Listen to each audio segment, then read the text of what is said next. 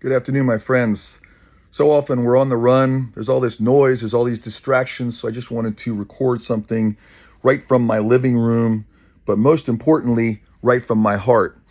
And it's this: I just want to invite you to not get hypnotized into believing all the press about you. And what I mean by that is, first and foremost, when you were a lovely, amazing little boy, little girl, and your imagination was running on fire, by the time you got to kindergarten or first grade, they started telling you, Timmy, that's what they told me, Timmy, pay attention.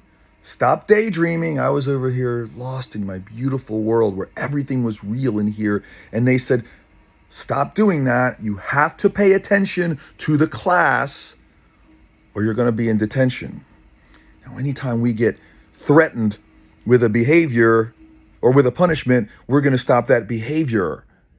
So that punishment, after several threats or possibly staying after school, we stop imagining. And then we start believing all the other crap, which is this: look before you leap.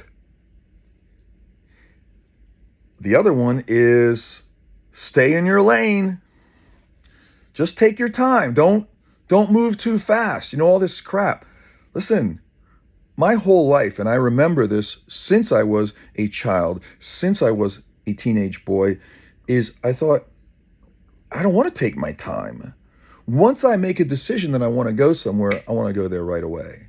I want to go there without hesitation, without delay, without going through the process of red tape and miscellaneous crap. Can you feel me on that?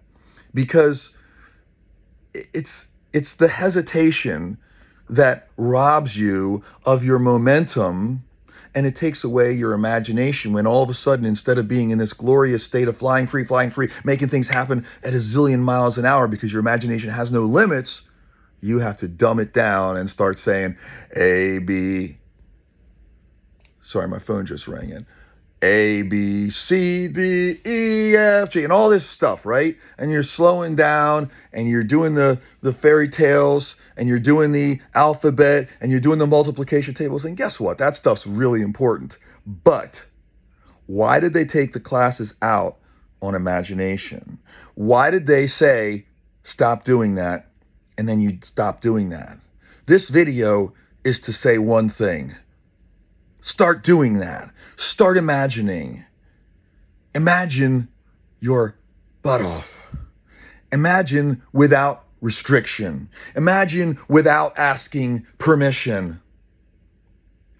Imagine without being affected by your experiences, lack of them, negative ones, opinions, worries or concerns about other people's opinions. Use your imagination as gloriously as you did when you were 4, when you were 3, when you were 5, when you were a little innocent little girl or boy.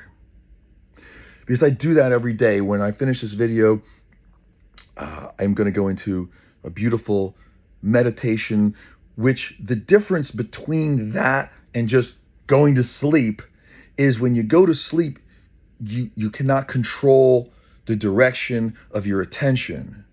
When you go into a certain state, you can say, I'm going to put my whole thoughts, yes, but also my whole feelings into how do I feel the way that I would feel when I become that person that I want, I desire to become. How will I feel? Feel that way now. Don't say, well, when I become him, when I have that money, when I have that love, when I have that position, when I have that house, etc. No, you don't have to wait for something that isn't here yet, because once it becomes here and here, it becomes out here. You get that? You feel me on that? This isn't just a little science or, yeah, Tim, it sounds really great. I've heard this before. Yeah, your thoughts become things. No, thoughts don't become things. Thoughts with feelings become things. And every day, whenever we wake up and we go into fear mode and our feelings are, I hurt, I want some pity, I'm a victim, Uh, I'm, I've suffered. My life is one of crisis, it's one of chaos, and it's one of confusion. Then what you're going to continue to get are those. All you have to do, you see how quiet it is right now? Even the air conditioning just went off. It's just get into a quiet space where what's there is peace, tranquility, and serenity. Because without those, I don't care what else you have. You have nothing.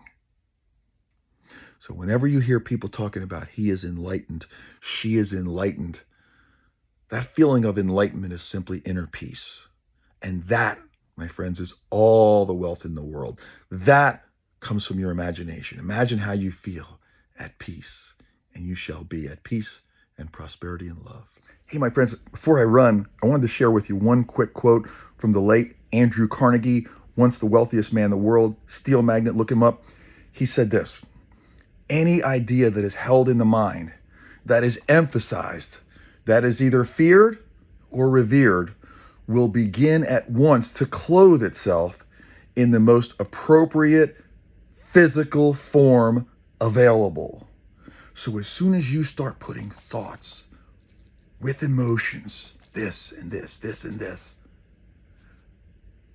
your greatest fears or your greatest desires will actually begin to translate into concrete form, into 3D form out here in this world.